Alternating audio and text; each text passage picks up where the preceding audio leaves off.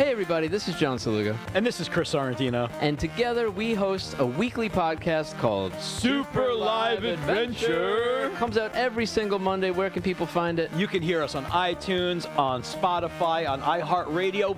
Basically anywhere you can hear a podcast, you'll find us. Always a good time. Tell a bunch of funny stories. We're just a couple of dirty dads. We like to have some drinks on this podcast. In fact, we ring a bell every time we open a new drink. So you can drink along with us at home. Plus, we have a lot of amazing guests that stop by the show. It's always a good time. Hope you check it out. Go to superliveadventure.com for more information. Fit it where you should it. You're listening to the Wicked Theory Podcast. We're very happy to have you back, even for a short visit. Here we go. Broadcasting to you live from Battle Cat's litter box behind Castle Grayskull. This is the Wicked Theory Podcast.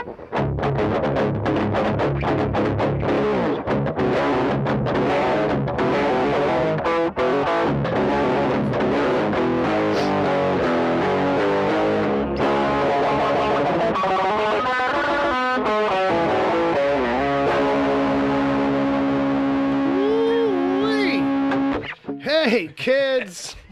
Welcome back. This is the Wicked Theory Podcast. My name's Bill. I got some people with me. I try to never be alone when I'm doing this. I got my buddy Jay. Yeah. We got Ed. All right now, princess. You're getting that dress, but that's it. No more Mr. Pushover. Now, who wants a puppy? I do. And then I got Brother Bob on the guitar. What's up, everybody? You know, I practiced that for an hour, that variant, and then the moment we go live, I fuck it up. It was funny. And what's funny is that, like, the evil part of me earlier today when you were like, how's this sound? I'm like, no, I like that. That sounds good. Like, this dark voice was like, he's going to fuck it up on the intro. And it was like, but the other voice is like, don't say that, though, because that'll fucking, Don't say that. Right, don't say that. That's just, your brain, how your brain is. It's like, oh, man, like, it's like if someone tells you, oh, I just bought this very fragile thing. Well, he's going to fucking drop it. Like, it's just that voice. It's that voice. So it wasn't personal, but the darkness inside, it just never goes away. Yeah, it just had to happen. It's just always there for me. All right, so, kids, this is 168. I mean, 9. It might be 170. I think might it's be. 170. It might be. Because I think last week you said 169, and I started thinking like a Bill and Ted joke in my head. Gotcha. That makes sense. I might even said it. Yeah. It might have. Can you hear me? We can hear you. Your headphones not kicking for you? Yeah, they're just low. How's wait, that might be me. This one should be you. 2, 3. It's a little better. That's a little better? Yeah, right. Good. All right. So, here we are. We're doing it again. Rocking out in the free world. 160, 170. Yeah. 170. That's Sure. the consensus. I guess. Okay. All right. You want me to go check? No, I think it's 170. I'll go check. Okay. All right, I don't mind. Go check the door, too, while you're there. It's 170. All right, 170. It's official. Last week was 169, Mission Impossible Porta Potty Protocol. Oh, that's the episode title. You're right. So this one, we're going to do it again. You know what I mean? We're going to go... 169 part 2? Yeah, I mean, fuck it. Because I can't get it out of my head. Obviously. So, You know what's better than 169? 269s. He's right. He's right. This is episode 170. We're going to do some news stuff, some pop kind of cool shit news. Okay. We're going to get to a chat room game. Ooh, okay. We're going to probably maybe review stuff or talk about stuff we've seen. I think that's what we do. Most definitely. Okay. All right. Fair enough. People, you can leave us a voicemail on the website if you want to do that. You can also email us if you're listening live. There's still time. You can listen live every week, Saturday night, 7 p.m. Eastern Standard Time on Mixler, mixler.com/wicked-theory, or download the free Mixler app. Yeah. Just search for us in there. Are we going to listen to any voicemails today? No. I feel bad. I told Dan I felt bad because we did it in the after show last week. Yeah, we did. But, hey, if anybody wants to, send us voicemails for the future. All right. There's a little tab on the website. When you go there, it pops out from the side. It's red. It's like a 90-second thing you can leave. Okay. It's just enough. I'm glad that like it downgraded us because the free trial is like, oh, you can make it as long as you want, Yeah. and then if you want to pay, you can go back to that, but it downgrades you to 90 seconds. And I'm like, no, you know what? 90 seconds is perfect. Anything more than that. You pulled a little De Niro when you said that. You know, it's Oh, my hands were up. I was Yeah. a lot of hands talking, and probably a lot of face too. A little bit. The sides of my mouth were turned down, like a little bit, like maybe, I don't know. I think maybe a little too much is too much. Okay, all right. So enough of the De Niros. We're on Spotify. All those shows are on Spotify. Preacher vs. Preacher and the DC TV Report. Ed, hey, that's your show. You do that with Sarah Netzley. You do it every week. Dr. Sarah Netzley. She's a medical doctor. She's been saving people since she was seven years old. Am I mixing her up? I can't vouch for that. No. She's some kind of doctorate. Yes. She's an educator. Okay. Oh, that kind. Okay, good. Of the letters. Yes. A doctor of letters. Journalism. Oh, so whenever words are hurt, she helps them out. Yeah, sure. That's nice of her. So you guys do that over there. You news, reviews, scoop and a dupes, and all kinds of stuff like that over there. All about the live action DC TV shows. Yeah. We just did Preacher this week. Finally got to see Hitler. Very nice. Everybody missed him. Yeah, and a really cool episode of Batman the Animated Series. It's the one where he finds out what life would be like if his parents didn't die, and it turns out he'd be a douchebag. Spoiler. Bruce Wayne, forever kind of a douche, a little bit. All right, so that's cool. Kids, go check that out. And then, people, we've been telling you, we want you to go check it out. The Real Thing, it's a Facebook page. Our buddy Jay's involved over there. I'm over there a little bit here and there. It's all about pop culture goodness. Go check that out. Give a little salute, Jay. Get a heads up for your boy, Wes Weezer. Go join The Real Thing. There you go. Talk some shit. Talk some shit. Talk some shit about shit you like. No, Wes is still fucking, an animal posting in there. So. Did you hear that? Like, I sound like the wife. An animal. Yeah. He's an animal, Jay. So he's got to calm down. I appreciate him for that. He's working too hard. You know what the word is? Relentless. Good. No, I'm just saying. Do you think that works? Because it's starting to pick up steam too, Good. Which I'm very happy about. Maybe you should nickname him Pantera because he's far beyond driven. Ah, very nice. Okay, well that. So cool. People, check it out. If you're into, pop culture coolness, that's a place. And thank you, Wes. I'd like to send that to him. Yeah, big shout out to him. He listens on Monday. Nice. Thanks for listeing, Wes. Appreciate it. Actually, he's in the chat room right now. Shit. Wow. Surprise. He just threw out a woot. A woot. Wow, now it's on. Stay on the slave comments. It's officially on. So, Wes, thanks, man. I appreciate everything you're doing there. Well, that's a perfect segue. Who else is in the chat room? We got Bowerfett.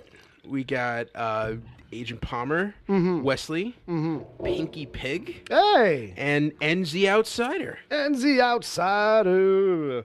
And Pinky Pig. Those are I cross paths with them over on the Yo Bro Radio.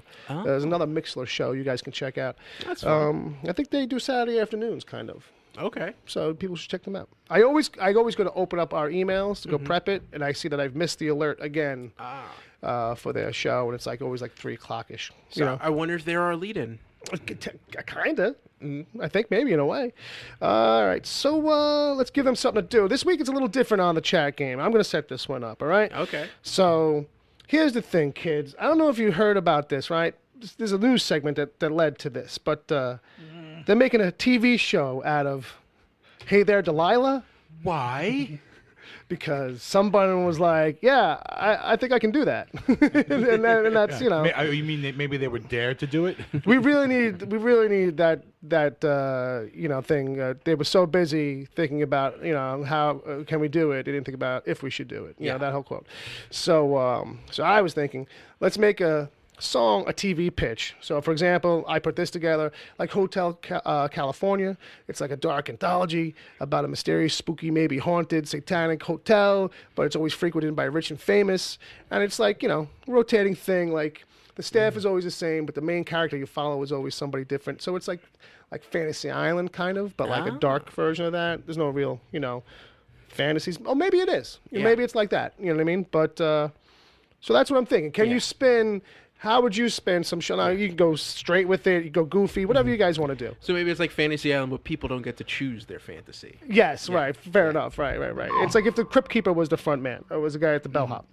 But so pick a song, any song, and then see if you can spin it into a TV show. Because when you think about Hey There, Delilah, and if that's all it takes, like any song guy now has like how many songs did you ever write? I wrote 117 songs. So you have 117 TV show pitches now in your fucking back catalog. Boom! Congratulations. Speaking of that, Fantasy Island. Yeah, I heard that's getting a reboot, right? I don't know, but I do remember the last reboot they had about 20 years ago with Malcolm McDowell. Right. As, yes. Yeah, I do. Yeah. I do.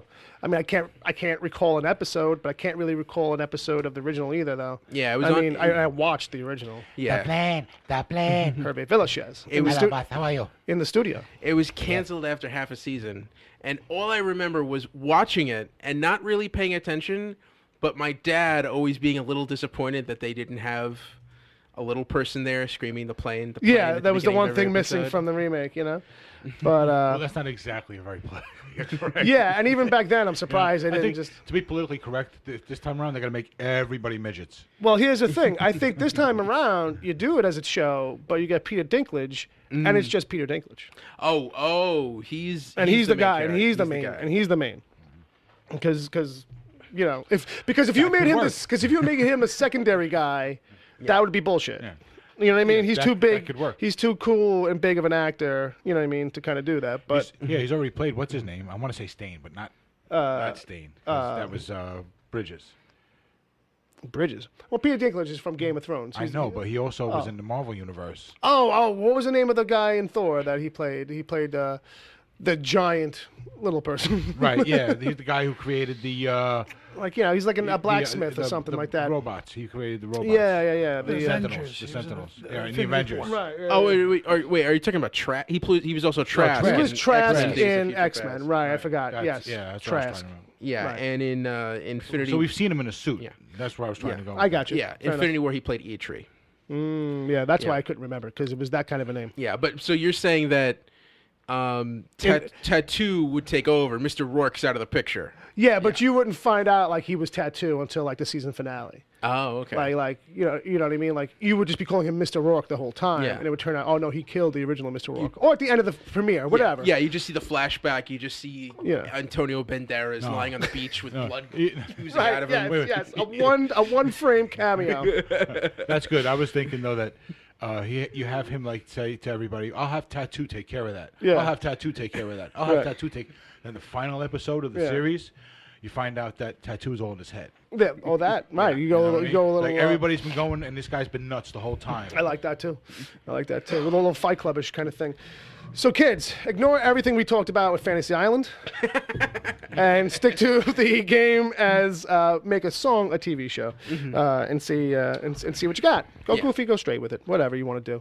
So with that, that's how we set up the front half of the show. Okay. And now this part of the show is where we go into the news. All right. How about you, Jay? Jay's got a big cigar this week. I just want to point that out for those at home. I'm enjoying it too. I didn't want to interrupt. It seemed like that you were enjoying it. And Romeo and Julieta. that's the type. Yeah, it's pretty good. Oh, I'm sorry. Yeah. Sorry. I didn't know you were waiting. All right. I went through it. I noodled. Fair enough. I started strumming. True. So we're in the news. So I'll throw this one I'll lead off. I'll throw this to Jay. Hey Jay, how much would you pay for Han Solo's jacket? Oh, about $1 million. Shit, it's almost as if you saw this in the notes. I did. Damn it. So the answer to your next question would be if I had the fucking money, I would buy it and wear it. Fair enough. No. But my question is, like, so this is going for $500. It hasn't started yet. There's going to be a big auction where this and a few other pop culture props are going to be for auction out in the UK. And the estimate is between 500 and $1 million. And this is the one from, I think, Jedi? Does it say? No, it says Empire Strikes Back. Okay, my fault. I just knew it wasn't in the first one. It's 500,000 to £1 million. Pounds, which is 650,000 to $1.3 million. So the answer, it's going to exceed that. I think so too. That's a very Oh, yeah. conservative estimate, I think, on this. It's gonna hit 2. I can easily see 5 because I mean, yeah. it's from Empire. I mean, if I manage to get in there, it might go to 10 because I got big pockets. You know That's what I mean? the long sleeve jacket. Yeah, it's he a long wore. sleeve gray kind of. That's like a blue, bomber. like It's like a maybe a bomber. bluish gray. Yeah, it's kind like of thing. it's like a charcoal. It's a charcoal type Is thing. it the bomber or is it the vest? No, it's the jacket. It's like a bomber. I guess you would think if that's what you mean. Yeah. Well, that's what it was meant to resemble because a bomber was a pilot. Yeah, I'm aware a bomber is a pilot's jacket, Right, right. but I I don't know. I wouldn't That's even more like- classify. yeah. I wouldn't that classify as a bomber. No, that's more of a like a military. Paramilitary kind of Yeah. utilitarian style. Right.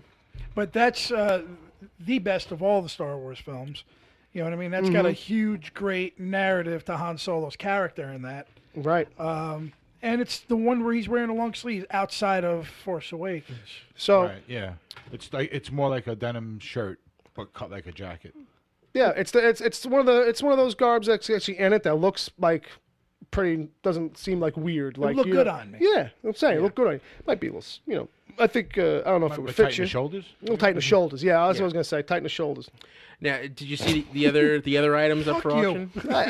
Yes, that's what I was gonna get to. So we got Indiana Jones hat, Which one? The fedora from Raiders of the Lost Ark.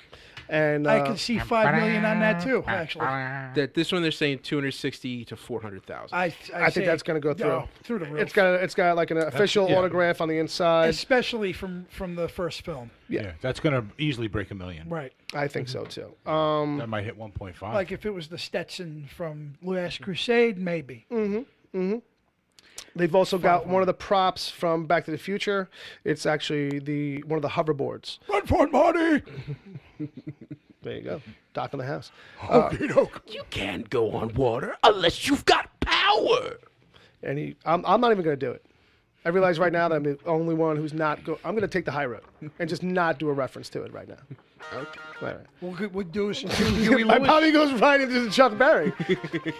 What'd you do? Huey Lewis's line from I forget what it is. Do the I'm bullhorn? afraid you're just too darn loud.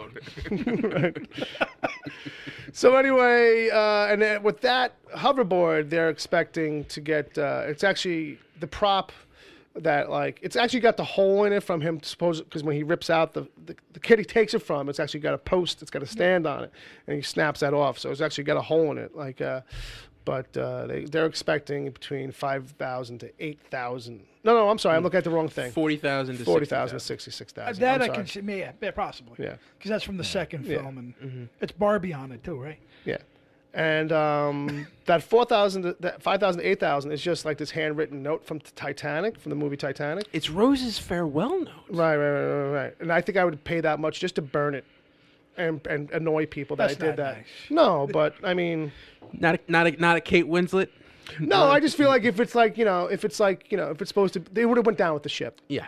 I Yeah. think if we're gonna stay true to the movie and to the spirit of the script, Then you gotta that throw was it just a and movie. smash it into an iceberg. Yeah. you're right. I should just throw it into the ocean if anything. Well, right? by the way, and I think this is the eternal thing that keeps coming up. He could have fit on that door with her. Fair enough. I knew you were fucking All right, going now there. what's next? Boil it up, Yeah. put it in an ice cube tray, Right. and then throw it in the ocean. Then throw it in the ocean. Right. Fair enough. So, yeah, what is next? But the question I was going to ask is there anything let's say you were rich, like you had some cash or, it may not break your bank necessarily, but what's something that you might pay $1 million for from a movie? Or what's a movie prop that if you were going to need it, you would really want, it would probably cost you about $1 million to get? Like something, is there anything from a movie that you really kind of want? I would like to get like a hot and carbonite. That would be fucking cool. Like that an would be actual cool one. to have it in your... I wonder what that would Dude. fucking cost you. Turn that into your front door. Fuck that. See, I could easily see I'd that. make a mold of it and then make the front door, but the real one is staying See, inside. I think that would Yeah. be like a $5 million, $6 million piece. Because even a good version of that prop is fucking like, It's like $5,000. it's like the mock-up. Yeah, I mean, come on. Like, I wonder who's got those. But it's you know? cool. You know what I mean? know what I Definitely mean? fucking. Hey, right. I've seen it as people's desks. Sure. People have a glass Yeah. table over it. I know. I've It's seen just that too. the, It's crazy. that whole concept Yeah. of actually it will always freak not freak the fuck out of me. No, but but it's interesting. but it's creepy though. Even as a kid, it's creepy. Like when you see that, it's like, wow, that's a crazy concept, and he's just like, it's a little haunting. The image of him, like all paralyzed there with his mouth open, like he's gonna Right. He's one of those people that won't put their lips to your soda bottle when they take a sip from it. That's basically the face he's making. That must be some really harsh sleep mouth. Oh, You know what I'm he's a talking real. about? That's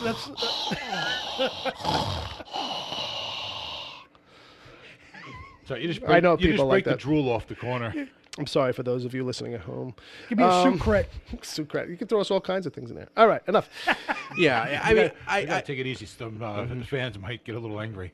I mean, heaven forbid. yeah. I mean, I would love something from Star Trek. Sure, Sure. Something like the Enterprise D or like one of the original Enterprise. Nice. Yeah. An original mock-ups. phaser by Kenner used on the show.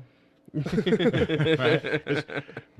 You know the story with that, right? Yeah, I'm gonna get to it in my meanwhile, actually. Oh yeah, really? Okay. Yeah. Wow. There's a tease, kids. Let's not spoil it for those. I want Joe Pesci shine box. There you Fucking go. Goodfellas. Did he actually have a shot? No, but it'd be I thought great. maybe young Joe, like the young character, might have had one at some point. How you doing, Hendry? Because that's all. It must be in there. He must have a scene where he's carrying it or something. Nah. You know. Or they're stashing it and then like. Spit giant fucking- Tommy. So, all right. I mean, I myself, like, not that nobody asked me, but nothing. The Infinity Gauntlet. Yeah, but it's got to be working. I mean, I'm not paying $1 million for a prop. I mean, come on. All You're right. waiting a long time. Yeah, you're right. I really can't think of anything off the top of my head. $1 million is a lot. $1 million is a lot, and I feel like there aren't that many props that go for that much. yeah, but I What feel about- like What about Spider-Man's outfit from one of the movies?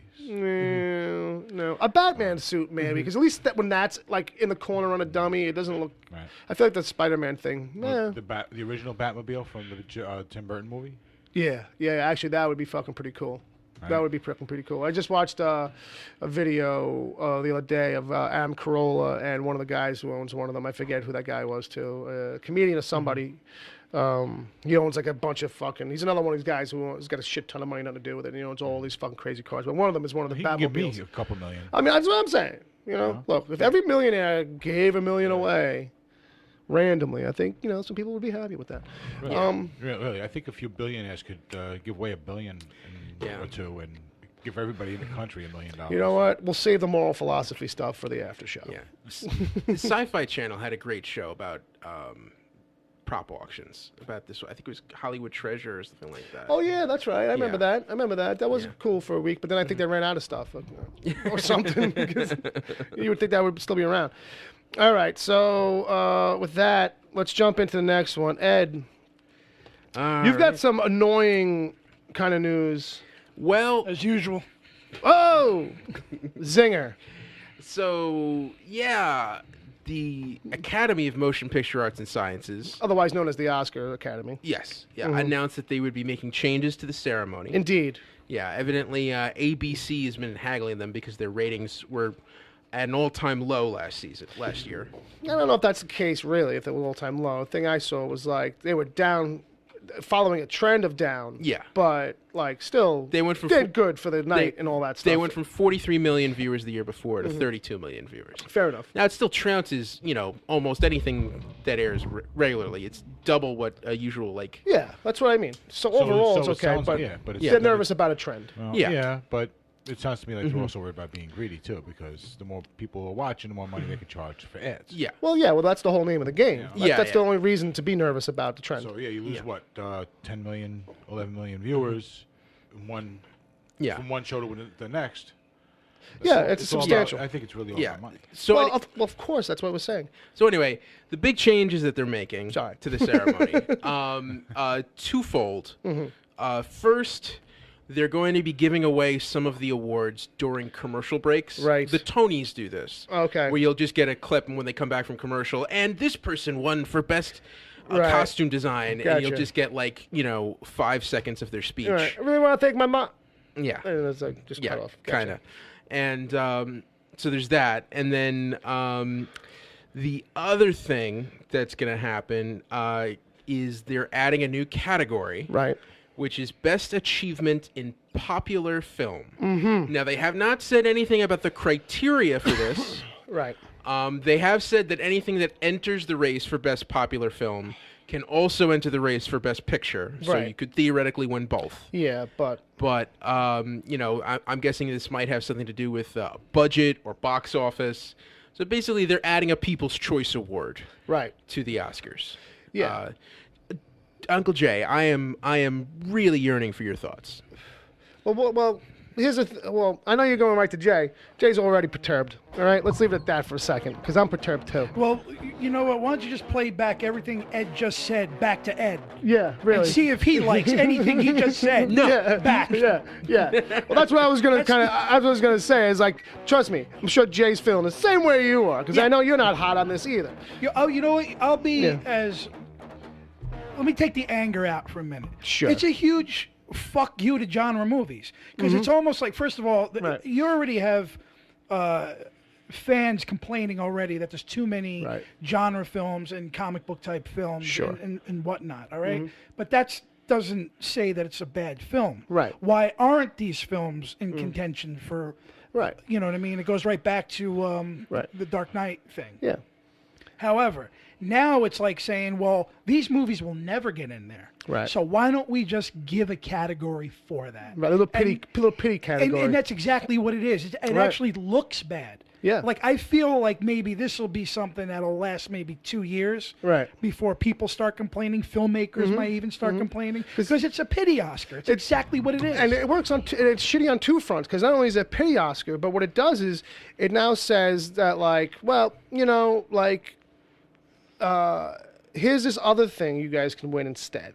Yeah. Like, you know what I mean? Because that's what happened at fucking animation, right? Who Framed Roger Rabbit got in contention that year against Rain Man. And some people were, like, a little bugged by that. But it didn't like, even get nominated. That was the problem. People were pissed. Well, that's what I mean. Like, you know, it failed to fucking, you know, so it was always this thing where, like, an animated film's never going to win Best Picture. Like, you know what I mean? So, like, you know, well, we gave them an animated category. Like, you know what I mean? Kind of a thing. Like, to make sure they get their proper kudos or some shit.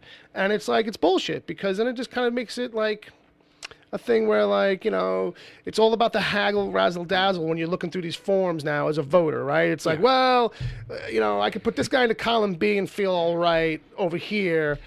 That's sad, because you know what I mean? And it shouldn't be like that. It should just be like, you know what? There's like 5 or 6 fucking categories for fucking, like, achievement in film. Like, you know, there's like 1 or 2, and everything else is technical shit. Like, what's the best? Because that's what you're saying, right? There should be, like, 1 award for what's the best overall film of the fucking year. Yeah, and then everything else is, like, about technical shit. Acting performances. That's technical. And directing performances. That's technical. And they're saying pompously, well, here's the popular movies. You know what I mean? It's like, if I were that, fuck that. Yeah, and it smells. It actually smells like that trophy that the participation trophy. Right. Yeah. It's a little bit of Or that. miscongeniality. Yeah. And they had their chance to do this like 10 years ago, and they fucked up when they expanded the Best Picture race to 10, basically saying, like, oh, we could have nominated Dark Knight, but we didn't, and this is how we're making up for it. Right. But instead now, they're just adding on another 5 independent movies. And the reason that they're doing it is a complete miss of the mark, because they're doing it in the hopes of, like, making the show, the award ceremony, hipper or cooler or more interesting. Yeah. And you know what? The people who are leaving are people who are dying because they're old. The problem is that the new generation, the young ones, don't watch it. They don't watch the TV. Problem. The people who've been watching it for 30 years will watch it for the next 20 until the day they die. They're the kind of people who watch this. Yeah. There's no income of new blood for these shows. And this is the thing that they're forgetting. Older people are dying. And new kids, young kids that come up, either even if they're into the industry, they're like, I can catch it all tomorrow. It's a 3-hour fucking snooze fest. I'm not sitting through it. I'll monitor it over Twitter while I do other things. You know, social media will get me through. I'll see what the highlights are. I'll see what the clips are. I don't need to watch it. Yeah. But they have always had trouble with this show on TV. It's never been something that. It's never been the thing they wanted it. It's never been the thing they wanted it to be. Right. It's They've never had, been, you know, this giant variety show thing, kind of style thing where everybody in America watches. Listen, every year everybody talks about how it missed the mark, how it mostly misses the mark every year. 10% of the entire population in the United States is watching. That's something you got to consider. Yeah, I mean, and that's a good number, and be happy with it, and maybe figure out other ways to tweak the system. What are you going to say? I'm saying that you know, the Academy Award was the end-all be-all of film awards. It is the top. You know what I'm saying? Yeah. And now it just seems to be just a huge political, trendy TMZ extravaganza now. You know what I mean? And it's sad. It's actually sad because, you know, people tune into the Academy Awards to see what movie won for a specific category. Sure. All right? That's what an award ceremony is. It's not going to be the most entertaining thing ever. They try to put comedians up there and really bad jokes and music numbers and whatnot. Right. There's a lot of things that they can do other than that. That they, I mean, I'm not going to list them all now. No, but what I'm saying is like you're just cheap. It's making the Oscars cheap. Yeah, and it's the thing that people don't really care about all the dozen montages that you throw in there, or these wacky dance numbers, or sketches and stuff like that. They're there to see you honor the movies, right? And when you're not making it about the awards, when you're not making it about showcasing the best in film from this year, right? That's what's going to turn people off. The disconnect is the fact that they're trying to cater to two rooms, and it's the room at home, that's us, and it's the room that the award ceremony is taking place in. Because those people, this is their night. They all, are loving this shit. So on the award front, like, it has to fucking fit a certain kind of fucking thing. They're trying to hit these kinds of marks, and for TV, it's just not working anymore, really. Yeah, I mean, it's just almost like saying, like, oh, you want to see a comic book win for Best Picture? Yeah. Here you go. Right. You want to make sure that it doesn't get slighted. Because now, like, heaven forbid, like, I think it's I wouldn't be surprised if it's like a politically correct fucking short circuit where they probably might be nervous that if Black Panther doesn't win Best Picture, people are going to be upset with us. Well, so if we create a category that it is sure to win. Yeah, you know what I mean? Like, but even still, it's wrong. I'm just saying. But like, maybe that's like this fucking jerked up thinking that they have. Why don't they just preface every award that has people bitching behind the scenes, right? With these are the ones that were considered for nomination, right? These are the nominees. This is the winner. You know what I mean? Yeah. Well, so that everybody knows that there's a lot more great stuff out there. Yeah. But we can't consider everything. Right. Right. But we're throwing a little respect out to the pictures that didn't make the list by just mentioning everyone we considered. Not for nothing, but there were 30 films nominated. You know what I mean? And based on the polling, based on the voting that came in, here are the top 5. Yeah. You know what I mean? That, and then based on that, we'll talk about those 5, and those 5 are like, you know what I mean? But I think that's the way it goes down in the papers and stuff like that. But they don't talk about it like that. I'd prefer to go back to 5, to be honest with you. But this is what I'm going to say. The reason why I get angry is because I actually believed in the Academy Award. Sure. I think that is a prestigious. It is the Cadillac of the industry. It is. So, bring it some merit. Don't bastardize it. Don't dilute it. Don't dilute it. You know what I mean? Yeah. I mean, I give props to anybody that wins the Academy Award. I would hope to win one day. Yeah. You know what I mean? But this kind of cheapens the award. Yeah. And it's sad. You know what? Have the balls to nominate a comic book film. Yeah, well, that's the thing. You know what I mean? And he didn't have it, even with Dark Knight. No, even with Dark Knight. Well, you know what I mean? I think there's a difference between saying superhero film and comic book film. But, you know what I mean? But generally speaking, you're absolutely right. You know. And if Heath Ledger actually didn't die, he might not have got anything. Well, that's the other question, too. And right? That was like stellar performance. So, I think that's about all we got on that. Yeah. Moving on. Go too crazy. I brought logic to it. Absolutely. There you go. Absolutely. Fucking most logic ever had on this show tonight. Damn fucking right. Damn fucking right. Motherfucking logic. How about that shit? Can't make that the title of the episode. Probably could. Motherfucking logic. So are we going to talk about Batwoman now? I think we're talking about Rocky. Oh, okay. Isn't it Catwoman? No, it's Batwoman. It's Batwoman. Okay. Ruby Rose. I had a few drinks. I can see that. I can see that. You mistyped. Is this the thing with Squirrel Girl? No, Squirrel Girl. No, because isn't there something coming up that with Squirrel? Isn't or what's going on like a cartoon? Yeah. She's getting a show, but we've talked about it. Squirrel Girl and no, there's like New Warriors. Yeah. Okay. Yeah. But that pilot was passed on. Oh, is that news from this week? Really? No, that's from that's a couple weeks ago, right? Like months ago. Okay. Squirrel Girl. But they're shopping it around. Oh, of course. You got to keep the dream alive. So this week. So you want me to do this? Yeah. What do you got? All right. No, I'm just telling you. You want to go? You on to the next thing, right? Yeah. We're on to Ruby Rose. Ruby Rose, right? Ruby Rose. See, I almost said Ruby Red. Sorry, Ruby. So going into the real thing, because Wes is a posting maniac over there. Absolutely. I just saw something that wasn't in there. I'm late to the game here. Okay. But I just saw Ruby Rose in the Meg. Oh, that's right. She's in that. Yeah. So she's and she's like this really cute. She's like a model and a DJ. Yeah. She's all tatted up and she's really cute and gorgeous and she just landed the role as a Batwoman on CW. Yeah, on the DC TV stuff. So there's that. So yeah, she's going to be part of the big crossover in December, and they're prepping her for her own show. And Ruby Rose is an out lesbian, and she's going to be playing the first lesbian superhero to headline her own TV show. Her own TV show. And it's a good cast for it. It seems like a good casting. She does get some crap online for being a little stiff, and I think it's probably because she just hasn't really been given anything that had a lot of meat to it. I mean, you can't go by John Wick. She's just pure badass. Now. No, she doesn't even watch talk. the Meg. But you watch. But I'm saying, but how is she? That's what I was going to say to you. Is how is she in the Meg? I mean, we'll get to the Meg more later. I mean, she's serviceable in it. You know what I mean? I bought it. It was actually. She a badass in it? Kind of not particularly because if there's it's not her character big particularly. fucking thing chasing you. You know what I mean? I get you. It's hard to fight in water. I got you. Underwater fighting, unless you're Opie. No, I thought she was cool in it. It was a cool casting decision too. Right. Yeah, well, I think it is too. I think she's got a really dynamic look. Yes. I mean, look, if you're going to talk about her having not the greatest acting chops, I think you'd probably be all right if she's playing a stoic Bat Family-esque character, where the only one who's got any personality, I think, is the Joker.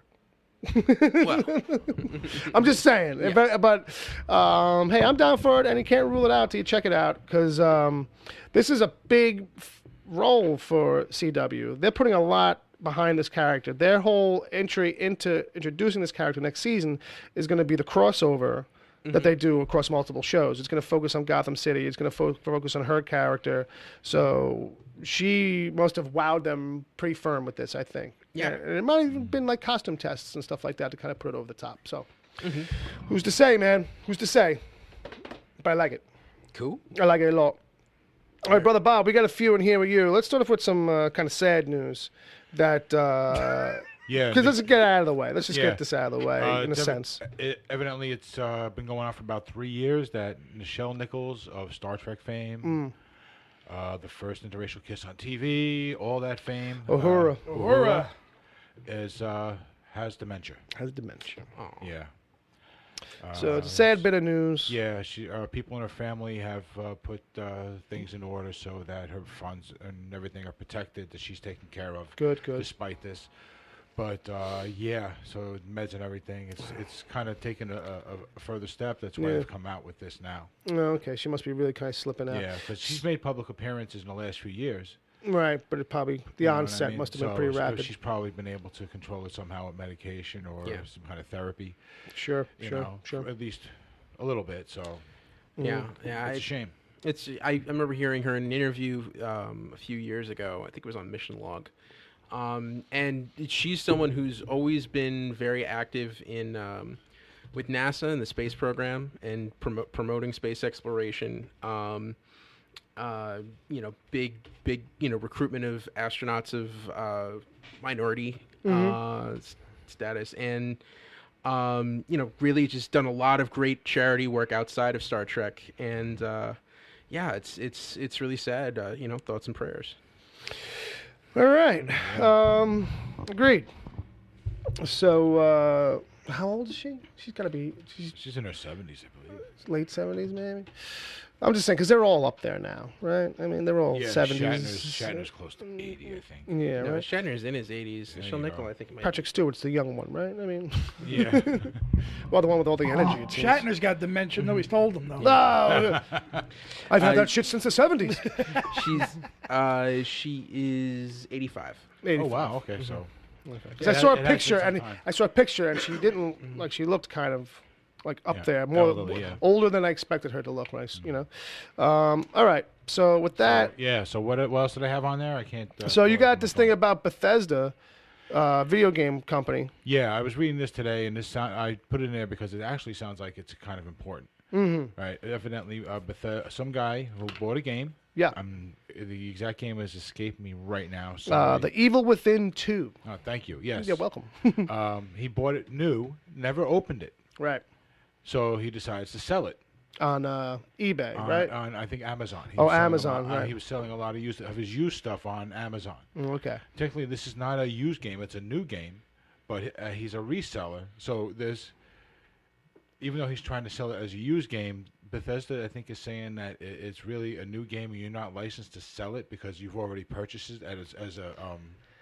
Yeah, it's all this runaround. I went through the article. And it's such bullshit. It's all this bullshit, and it's like you're giving one guy a hard time. Like, this is a thing you don't normally enforce. Like, why are you bothering? Really, this is one guy looking to clear out his closet so he can buy a PS4. Yeah, you know what I mean? Yeah. And this is ridiculous. No, well, evidently, you know what I mean. Evidently, everything. This is ridiculous. Yeah, I mean, a game is unopened and technically not used. Right. So, but it's being sold secondhand. Right. And so he's making hardly anything on it. He's losing money. Right. He never played the game. He paid $50-$60 for the game, and now he's just wants to get like $20 for it. Yeah, whatever it is. And then Amazon's going to take their cut. Right. So, you know what I mean? Like, what's he going to get? $10, $12? And so give the guy a friggin' break. Yeah, it's a little bit of a knee-jerk reaction, I think, too. It's just fucking silly. It's like, they saw this and they pulled out a howitzer. Basically. Yeah, it's retarded. Yeah. It really is. And if this is held up, this means if it sets some kind of precedent, this kind of thing, you know? Yeah. Well, it means that you're going to have a hard time reselling your stuff. Well, that's it. You better get over the idea that because it's mint in box still with the cellophane, that it's going to be easy. You're going to have to take it out of the package. Well, for video games, Yeah, you know what I mean? Right. Yeah, And because that's the other thing. Like, I think unless there's something to this where they can tell that this was a copy that was somehow stolen, right? Yeah. That it shouldn't be resold because it was stolen material. Then I don't see why this. This is such bullshit.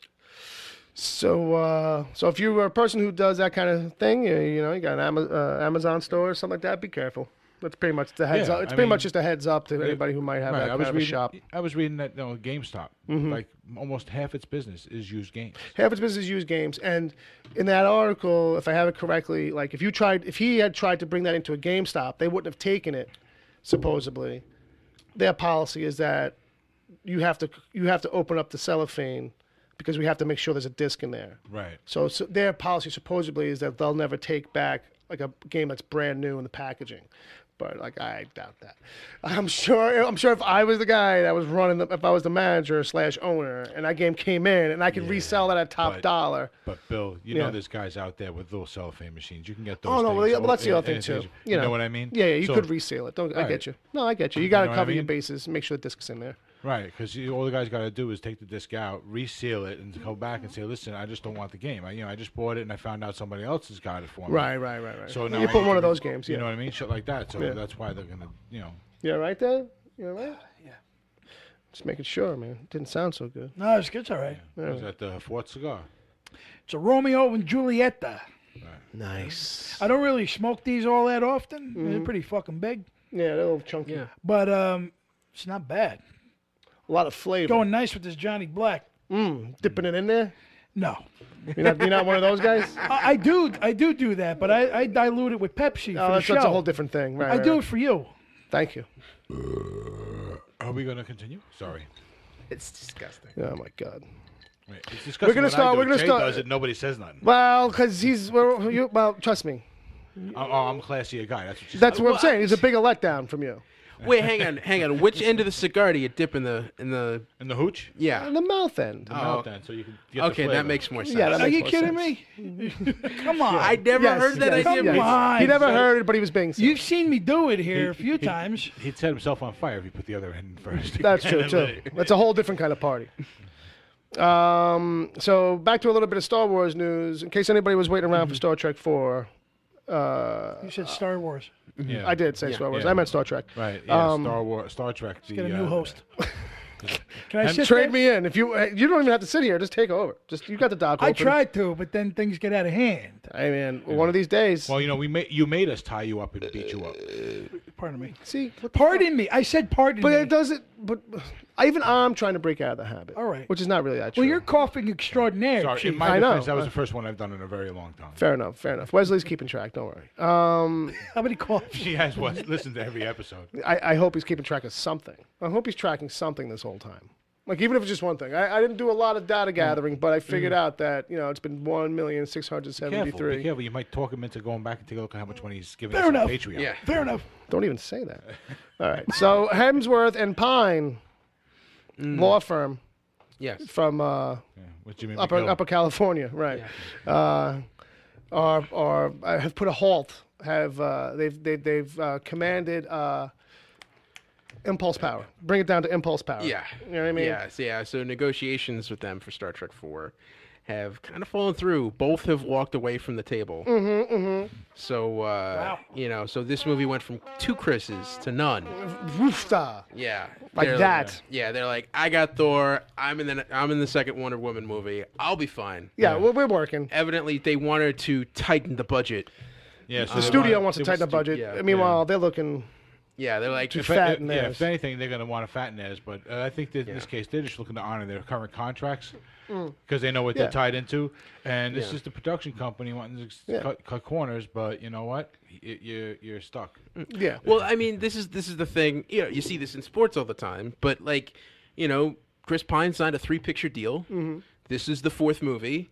He's the franchise is big now. Yeah, he's yeah. a household name. Okay. So he's going to get paid what he's worth now. He'll be back. Yeah.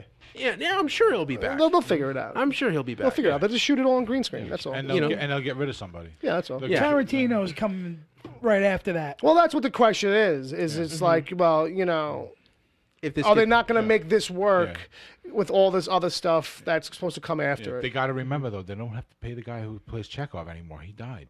Well, that's just it. They don't have to bring everybody back. I mean, you make some crazy story with or maybe you pay Pine what he's worth, but you don't have Hemsworth, and you write a completely different story. There you go. Or they just fast track QT's story. That's all. Everybody will be back. Suddenly, right? Yeah. Suddenly, everybody be working with that. They'd be willing to take a pay grade. Yeah. With that, if the studio said, "Look, to get this done, we need to knock everybody down," much like you guys do on indie movies, Yeah. But no one's going to do that because it's the studio. It's not an indie production. They could get another Hemsworth, Well, And it probably would be less money. But that would depend on whether or not that Hemsworth was willing to, how much the hem was worth. Because is he going to stab his brother in the back? You know what I mean? Quentin's got a lot of pull, Bill. No, well, I'm saying that'll make magic happen. Don't get me wrong. yeah. People will just work. I'll work for $1. The I get table it. will turn real fucking Yeah, quick. yeah. But that's a separate movie, separate production. Separate budget. That could be fast track now. They could. They could. Well, I mean, he's in the middle of Once Upon a Time in Hollywood, so That he's not doesn't- doing anything till that movie's done. Well, Right. fair enough. But I'm just saying, I don't think this movie would have came out for another couple of years. Oh no. So I mean, if they're yeah, still in negotiations, fits. where if they were still able to walk away from it, I mean, yeah. Yeah, I think that they were looking for like a. The real question would be with that, Jay, is if Quentin would even want to do another movie right away. He usually takes a decent amount of a break. Depends. So if he's only writing and supervising it from that degree, like an EP, I could see him saying, okay, it's not the same as taking another full movie on, but, The only thing that I have to say against that is the fact that this is a Star Trek franchise. And if they say to him, we'll leave it in your hands, right, and you go and do what you want to do, your R-rated Star Trek film, I can see him saying, okay, cool. You know what I mean? Oh, yeah. They're going for it. Sure. One hell of a swan song. I still One say hell that. of a swan song. Yes.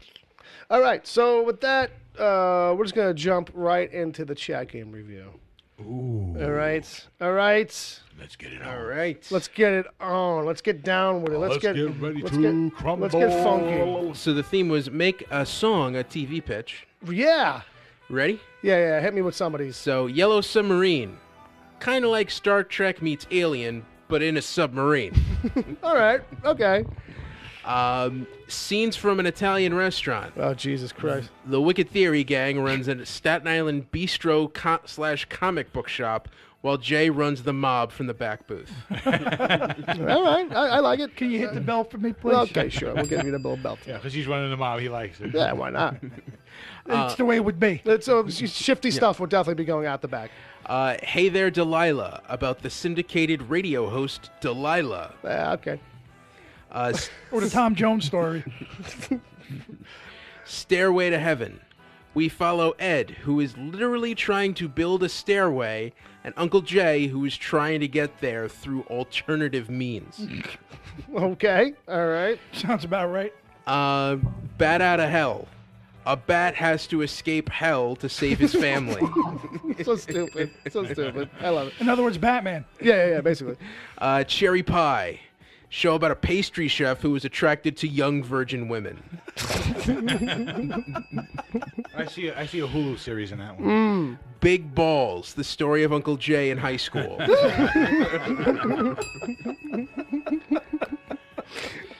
Don't Mean Nothing.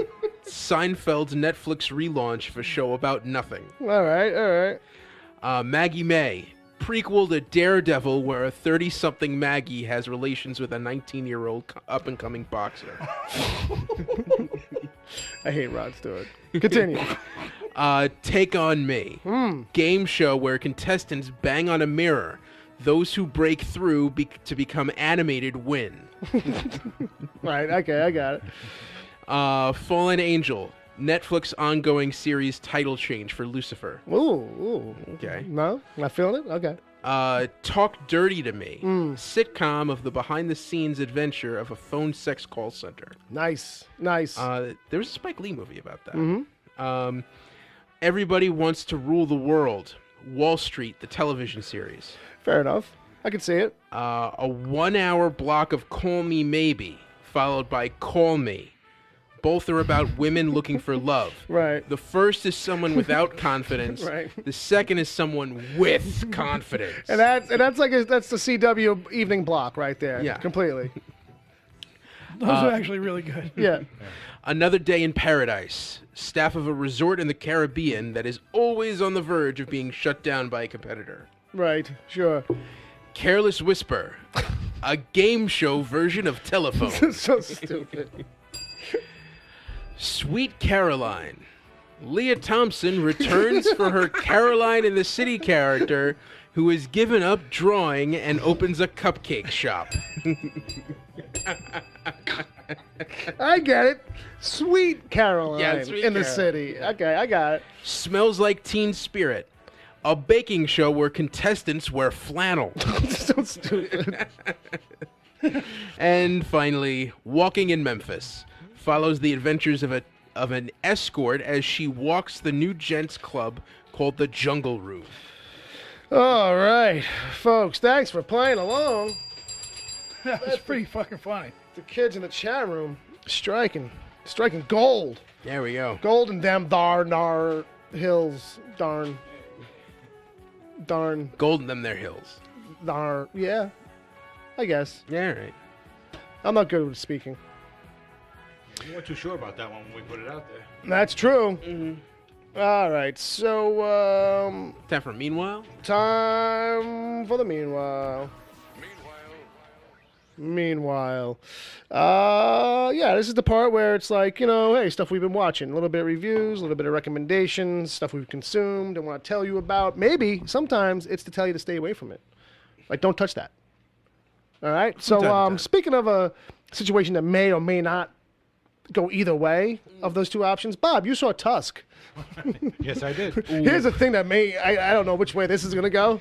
What did you think of Tusk, Kevin Smith's film that is much unlike his other films? You've seen this. I can tell just by your reaction. I think both these guys have. I'm the only one who hasn't seen it.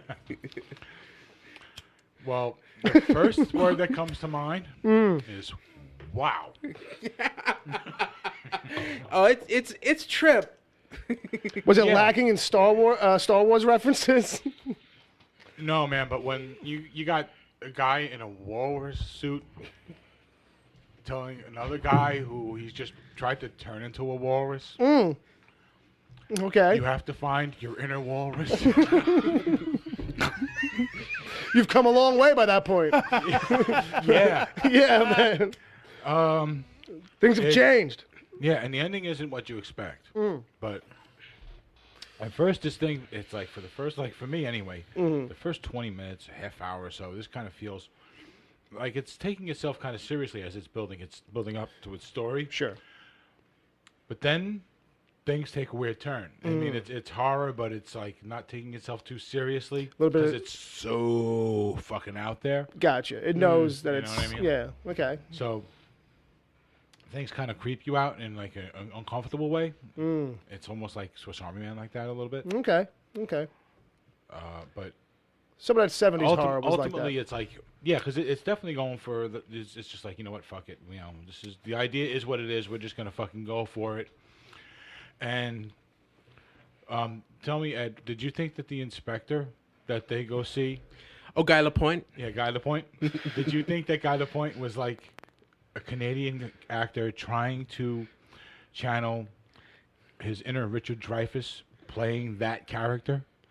Oh, I knew who that was immediately. Just because... Really?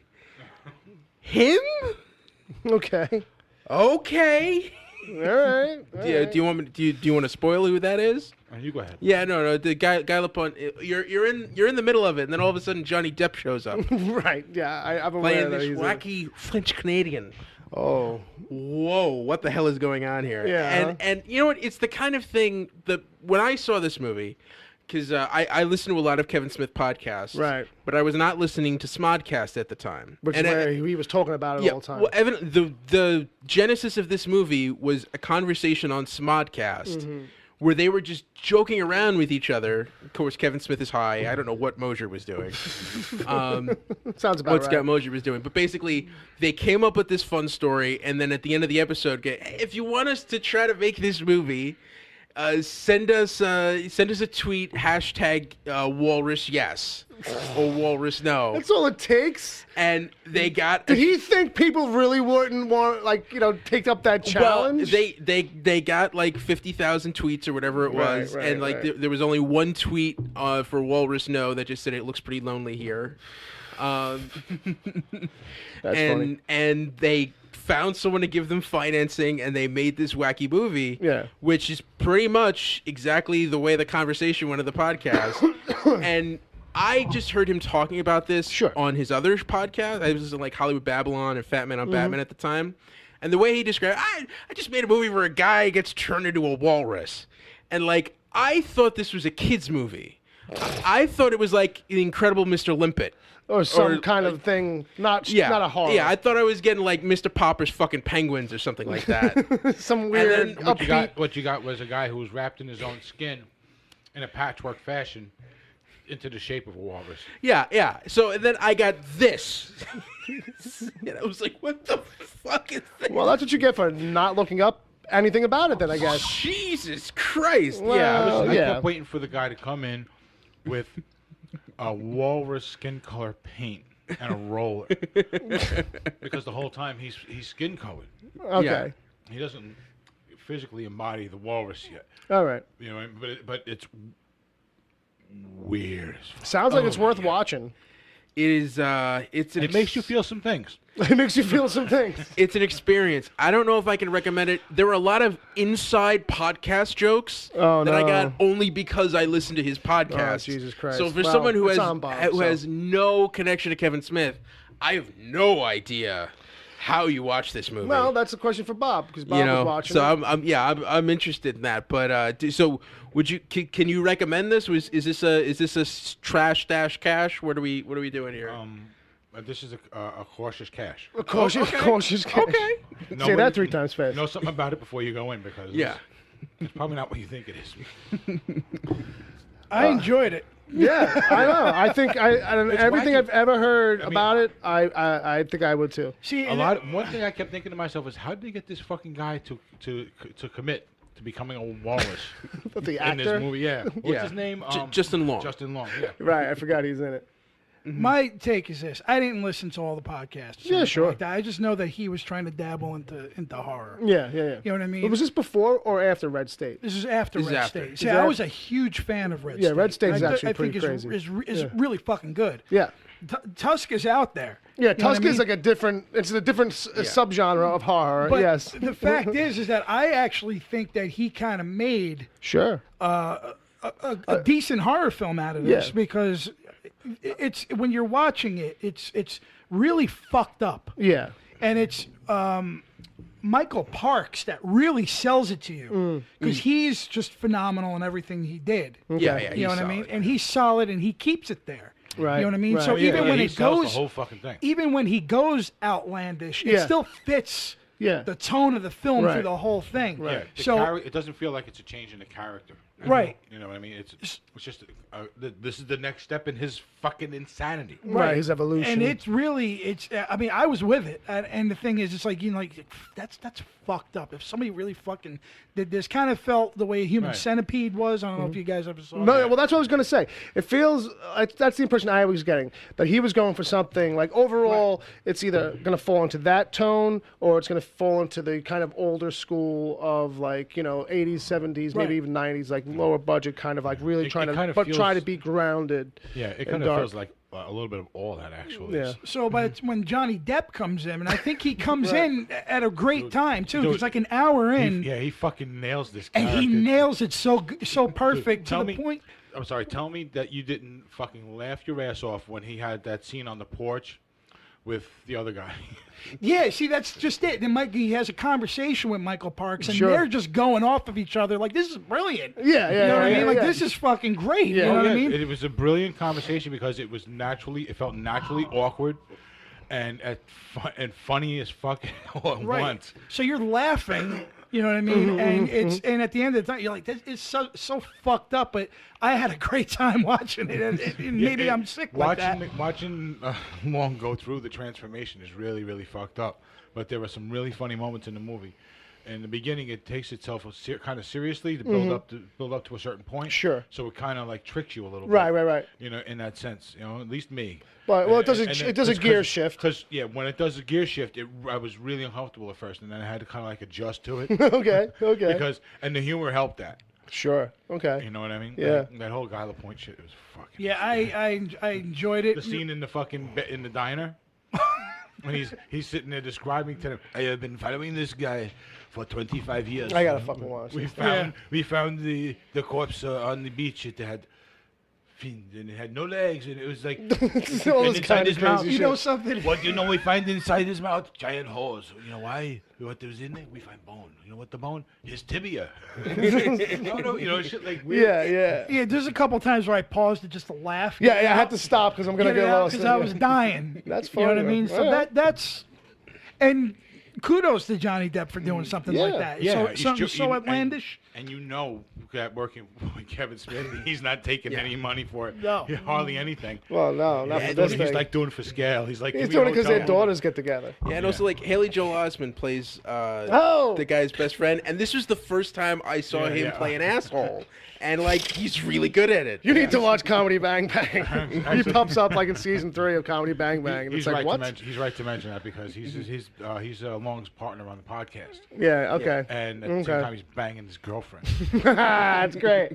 Because that's his specialty right now, is when he pops up in anything, he's playing as far against type or what you might expect. The Entourage movie. Or leaning into the joke is that I am Haley Joel Osment kind of meta things. A little bit like that, but he does a good job. No, you know what I yeah, mean? I'm sure. He's good. Long's role in the podcast is as a character that he goes away to interview some people that are like do the viral stuff. Oh, okay. Weird shit happens. He looks to them further and stuff into like, it, like brings the freaks. it back to the podcast. Right. So he's away for a little while at the Gotcha. time, and then Haley Joel Osment's nailing the girlfriend, and she's Sure. like falling in love with him. Well, he you sees know? dead people. And now then he's now off in the middle of nowhere in Canada with on his cell phone, like, you're fucking Right. Meanwhile, yeah. And and they're charging their phones in the bathroom while they're fucking. Nice. You know what I mean? Nice. It's not for everyone. I know that. I feel like that's the thing with the horror element of it. He hits horror notes. Yeah. Pretty damn good. He tries to hit them pretty hard. Definitely got more of a classic horror influence. Yeah. It's not meant to be comfortable. It's meant to tell that story. For sure. This wacky guy shows up and. Yeah. Why not? At this point. Yeah. And the whole time, Haley Joel Osment and the woman who plays the girlfriend, they're just sitting there like mouth open, just like in shock, and this story's going on. I would be thinking like, why aren't they like, we gotta get the fuck out of here? This guy's nuts. Like he's your hero. That's gonna tie it all up. But he's the only person anywhere who's even listening to that. So they're sitting there agape, listening to everything he's saying. All right. Tusk, kids, get it while it's hot, fresh, new. That's new? No, not at all. I like Kevin Smith. No, I do. I like a lot of his stuff too.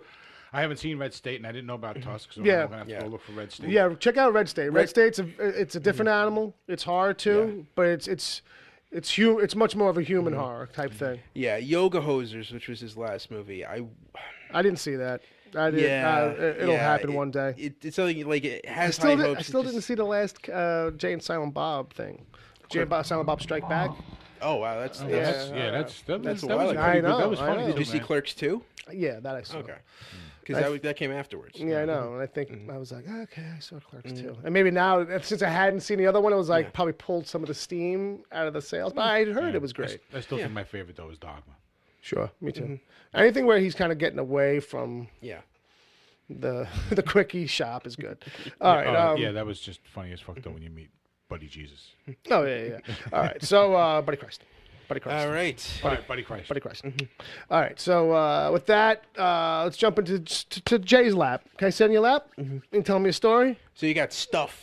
I don't know what you're waiting for. I'm not waiting. I wasn't waiting for anything. I was just throwing it to you. I think that's. I'm waiting for the first thing that pops up when I'm sitting in your lap. Easy now, Chief. I'm a little drunk. That's why I'm sitting in your lap. Do you mind if I get all close to your ear and snuggle in? I'm going to snuggle in, get a little closer. So I had to go back and watch some movies that I missed. Yeah. To try to complete 2017. I didn't do it like on December 31st like Ed did. Okay.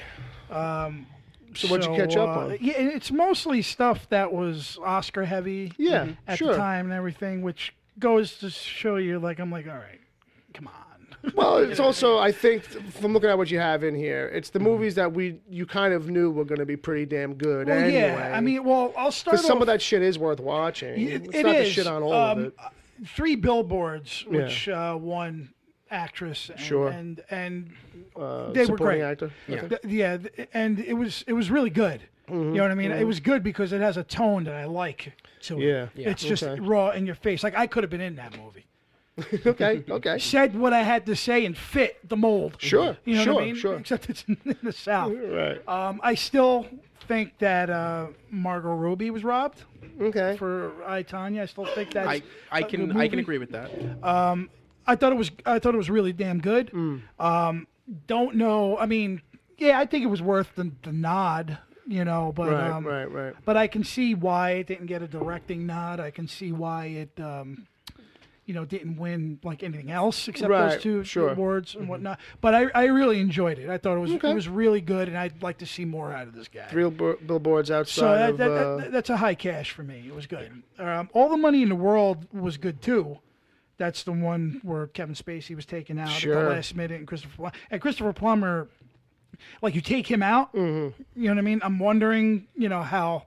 So, because I think it's a serviceable crime drama. Sure. You know what I mean? And it looks great. So if Ridley Scott didn't do it, if somebody else did it, I could have easily said, oh hum. Sure. You know what I mean? Yeah. But it just goes back, like movies like I, Tonya and American Made, Blade Runner 2049. Like these were, I think, superior films from this fair. Earlier, yeah. I saw a few others. I'm not going to get into it, but okay.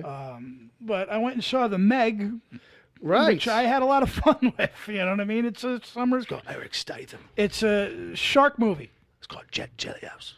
You know what I mean? And I'm looking back. It's actually doing pretty damn well. It's Right. doing well, better than expected. It's doing better than actually. expected, yeah. For So sure. there seems to be a lot of people outright comparing it to Jaws. Yeah, well, it's a shark movie. And that's I think where that's the thing. that's where the moviegoer fails, in my opinion. Yeah. You're a moron if you're going to go in there and compare it to Jaws, because now you're Well, here's comparing the thing. If you're comparing it on the way in, I can understand because you're uninformed. If you do that on the way out, then you're an asshole. It's not. No, it's they're doing it both. And I'm Okay, saying, well. like, first of all, Jaws is the untouchable summer blockbuster Yeah. shark film. Seminal you know what I mean? classic. They made sequels I couldn't compare. Sure. They've done Orca. They've done all these things. Piranha 2. And you're still not going to reach that level of greatness Right. as far as that Yeah. is concerned. I mean, You know what Flying Piranha. I mean, come on. Yeah, go on. All right, well, I'm just kidding. that has its audience. Absolutely. That's how we got James Cameron, for Christ's sake. Yeah, who was fired off of that. Well, you know, Hey, he had other things to do. Let's be honest. They only made Piranha 2 so they could make Piranha 3D. They were just how to get there. Fair, that's a good point. Piranha 3D was fun too. No, they were all fun. But this is good. It's Yeah. got a little sci-fi underwater Sure. thing going on. It's about a little fish. Statham is always cool to watch. I mean, it's just go have Right. fun. You want to go to the movies to have fun. People need to stop being so anal retentive when they go into a fucking movie and expect Citizen fucking Kane every time. Right, You know what I mean? right. Go and where are the people to go to the movies and have fun? Right. You know This what is I mean? one of those movies. And that's one of those movies where you're going in there just to have yourself a time. You see a big fucking shark, man, doing all sorts of crazy shit with some really good CGI. Yeah. And I had read this book in the 90s. Oh, that's right. I forgot. And the Right. book was all right, and I Yeah, remember the sure. book being a lot bloodier. This is Sure, yeah, PG-13. yeah, yeah. I know Eli Roth was attached to this at one point, Right. and then he stepped down, and they I'm got sure a lot's been reworked out of that book. yeah. So I mean, they just took like the Elements. skeletal image of Yeah, the book, the size of the fish, Right. and maybe a couple of character names. Well, the size of the fish was always there. You Well, know that's what I mean. That's what I'm saying. They kept from the book. Like I remember It's like the book. fish. I remember the book opening up in the Jurassic period. Oh, You know what I'm saying? And like taking out a dinosaur, if I'm Sure, not mistaken. sure. You know what I mean? So this is just going for the quick fun, right, sure. the quick popcorn money, and I Right. enjoyed myself. Nice. You know what I mean? It's Nice. just, don't go in there and expect, Oscar caliber everything, Yeah. which is what people seem to do. Yeah. And that's why I think it's getting this $50 million, because now it's like the last, what I consider to be the last true weekend of the summer. Okay. It's know what in, I mean? Here in August, right? Yeah. sure. Right. You know what I mean? So it's at the perfect time. Yeah. You know what I mean? And you want to see a cool shark on the screen, man, and, have some fun. Badass. It's cool. You know what I mean? There's a Lot of- couple things I would have done differently, Right. You know But what I again, mean? then again, they didn't. They could have called. but there's not a hell of a lot of shark movies out there. Yeah, you know what I mean? right. So this is a good one. Right, and it's done well. It knows what it is. It's a summer romp. It's And not. it never it's, tries to be anything else. right, and it's not like super tongue in cheek, corny like a Sharknado thing. But it knows what it is, though. Right. And it has fun with it. Like, you want to see a megalodon? Right. There it is. Right. You want to Have see fun. what that looks like when it Yeah. goes up against XYZ, or you know what I mean? Or Like- I keep going back to the new poster I saw where it's like it's coming up from underneath. Which I dug. Oh, that one poster, bro. And I'm like, oh, those people are See, tiny. but that's just it. It's the fact that the bigger, and it's Yeah. that big fucking bigger than life fin in the Yeah. water. Like, I enjoyed watching that on a big screen. You I'm know what I'm sure, saying? yeah. So have fun. Ruby Rose, I said, is in it. Yeah. She gets some things to do there. Sure, that's- sure. She's like the smart cookie and whatnot. I but gotcha. Everybody's fearing for their fucking life. Oh, it's a big fucking shark. And yeah. it's just that's Jason Statham's that guy where everything's gonna be all right. It's all gonna be alright. I got it. I've seen a fucking fish before. And I'm glad that even for PG-13, they don't shy away from this Does anybody thing tell eating people. Does anybody ask Statham to speak up? Is anybody like what? He's like, it's all wrong. But that's where you're wrong. You don't ask Jason Statham. Right. To speak well, up. well, you may, but he doesn't say what. You just go, what happened to me? I got my jaw is on I the feel floor. that before you got the sentence out, you'd be punched in the face. Are you questioning me? But but the thing is, I like that it was him because it's almost kind of like well, what's he doing here? Right. When I saw Jonas Taylor, I think George Clooney was attached to it at the time, like 15, 18 years ago, when they wanted to make when it. he did those kinds of movies. But I think it would have been more of a different, more serious Oh yeah. It would have had that right. Yeah. Where this is just they going would have tried for to make the it fun. Die Hard on a shark. And you know what I mean? and probably for the better because I think it just fits that popcorn mold to have some fun. So yeah, and I remember there's people it was a packed audience. People were having Digging some it. fun with it, digging it exactly. Good audience reactions. Yeah, nice. Absolutely. But people are comparing it to Jaws, and that's where you fail. Cash. You don't see the movie. Cash, yeah. Cash it up. Cool. Cash. And there's some money in it too. I think it was like $1.50 went into it, man. I think I want an audio clip from like a radio thing where it's like cash. You can make Well, I can do it. Well, I could just take the 500 times that we've said it and just Gas. There you go. Now you got it. All right, so on this episode, Wesley, if you Agent Palmer, if either of you are looking for an audio project, hey, there you go.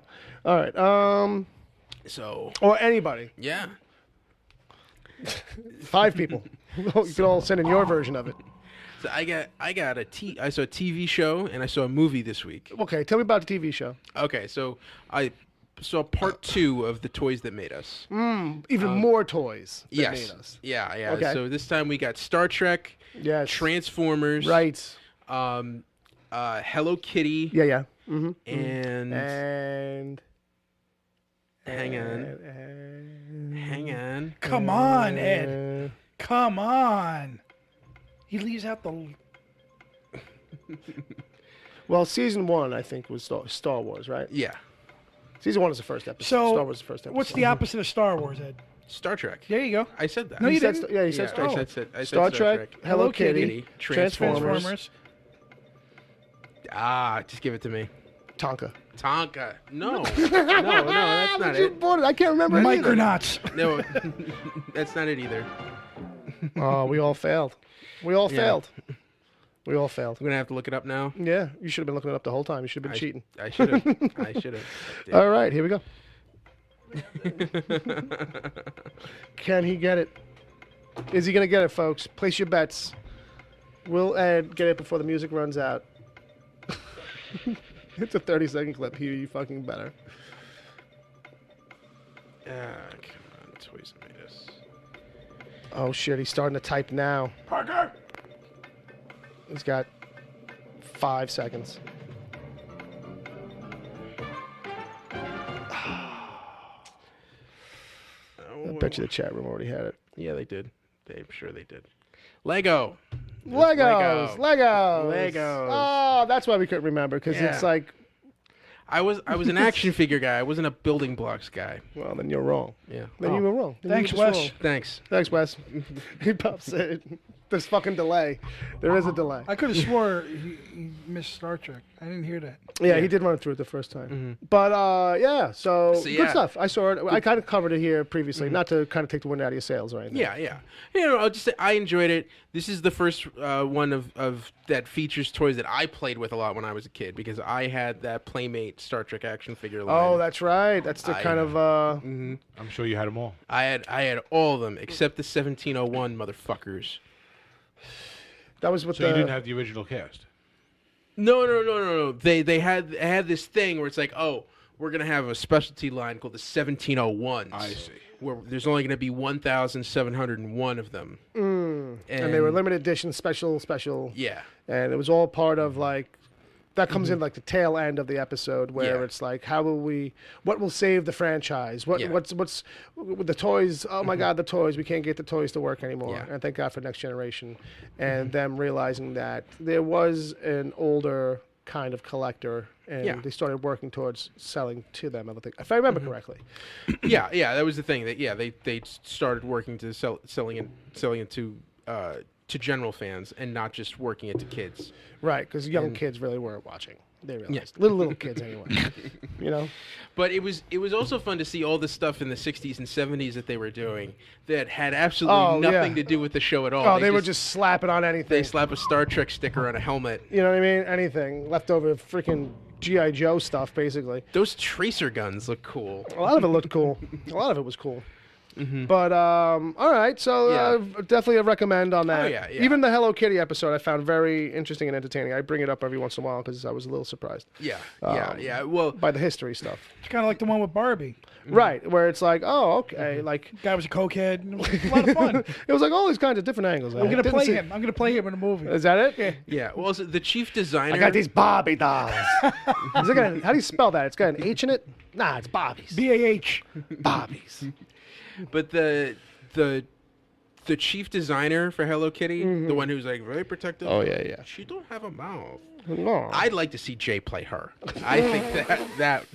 Wow. See you with the little like two buns in your head. Two little knots. You pay me, you should be surprised what I play. Oh, you'll be very surprised. And the lipstick and the dress and everything. Well, I think is the most interesting thing is the contrast, the change that she makes. Because like you see photos of her when she first started with the company. She'd been with the company forever. Yeah. And like a totally different person. Like, very, very typical Japanese mainstream kind of person. Very simple clothing and all that kind of very mainstream. And now it's just like she's just covered in colors now. She's just, she's a walking human Cupid doll kind of thing. Looks like she walked into the goth era a little bit. Yeah, you know what I mean? She came out of that. And she's like, okay, I'll do the same thing, but I'll just make it colors. Instead of just black and white and red, I'll just put, pink and green and blue. Yeah. Well, it was and like polka dots. For a long time they wouldn't let Hello Kitty have a boyfriend. Right. Well. And then they let Hello Kitty have a pet cat, which is just fucking creepy. Which is just weird when you think about it. And they cover it, which is great. So what else you got in there, buddy? The last one was a movie called BlacKKlansman. Nice. Tell me all about it. I want to know about this one. This is Spike Lee's latest joint. Yes, it is. Which stars... Topher Grace. Stars John David Washington. Him too. Adam Driver. Yeah, right. Michael Buscemi. Hey. Steve Buscemi's brother. Nice. Yeah. Alec Baldwin has an incredible monologue to start this off. Oh, interesting. That's good. Yeah. Topher Grace plays David Duke. The basic premise of the story is John David Washington plays Ron Stallworth, and this is a true story. This is the first black police officer in Colorado Springs, Colorado, who infiltrated the Ku Klux Klan. And... remotely. Yeah. Well, what's funny is the way they set it up is that he calls in to set up a membership, right? And is stupid enough to use his real name. Yeah. And so he's the guy who talks to them on the phone, and then Adam Driver plays the other undercover cop who plays him in person. Right. Who continues the facade. Yeah. But yeah. And it's really interesting to see. They Spike Lee, so he doesn't pull punches. It has a really 70s feel to this. Yeah. You could tell they use real film, and just the way everything moves around. And it's got that, like, shaky cam blaxploitation where their camera's moving all around and a lot of stuff is out of focus, but it really adds to this great feel. Nice. For the movie, and it's a compelling story. It moves slow at times, but it's supposed to. It's the kind of thing, sometimes it's getting you this false sense of security. And Topher Grace is really frightening because he's so calm. Because he plays David Duke, who's the national director of the KKK. Sure. And the thing that's really scary about him is he presents himself in a way that is very personable, and it's scary to the point where, like, if you had a conversation, he seems very likable, and you can understand why people would be drawn to him. Right. And it's kind of that banality of evil kind of thing. And just the last act, the twist and everything else. There's some really cool action scenes. There's not a lot, but the stuff that's there is done really well. Cool. I took a course on Spike Lee in college, and it was fun because I haven't seen a Spike Lee movie in a while. Probably the last one I saw was like Miracle at St. Anna. And it's fun, to see, like, oh, there he is. That to see all of, like, his little trademarks, trademarks and types of shots. And yeah, so I enjoy this. I would say it's a cash. I highly recommend it. Cash. Yeah, it looked really good, and I was pretty excited for it too. Yeah, that feel I got from the trailer was that he was doing like this very much of an homage and a thing all about. It's all steeping it into the '70s. Yeah. as hard as he could. Oh, You know what I mean? Yeah. Which is great. Yeah, Which is great. yeah. This definitely feels like a Shaft, Foxy Brown. It's a love letter to all Yeah. that kind of stuff. Mm-hmm. I can dig it, baby. All right.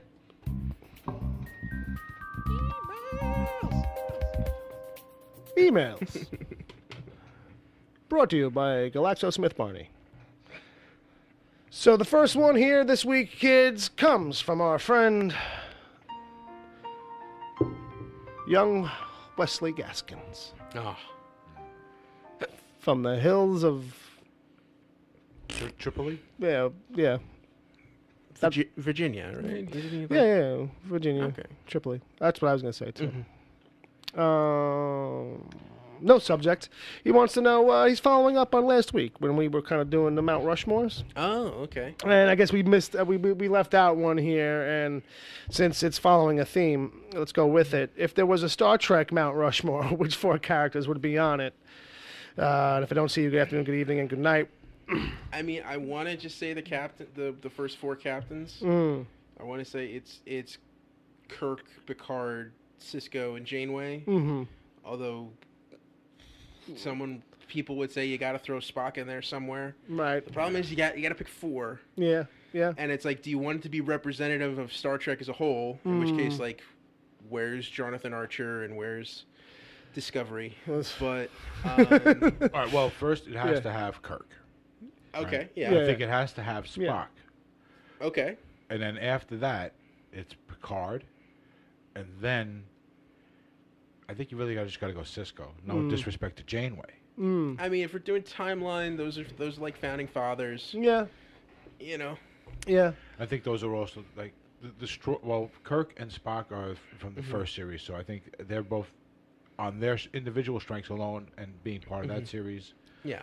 They should be in, and then Picard, he was the type of captain you needed at the time that the Next Generation came out, and Cisco basically with the whole DS9 thing basically saved Star Trek at that time.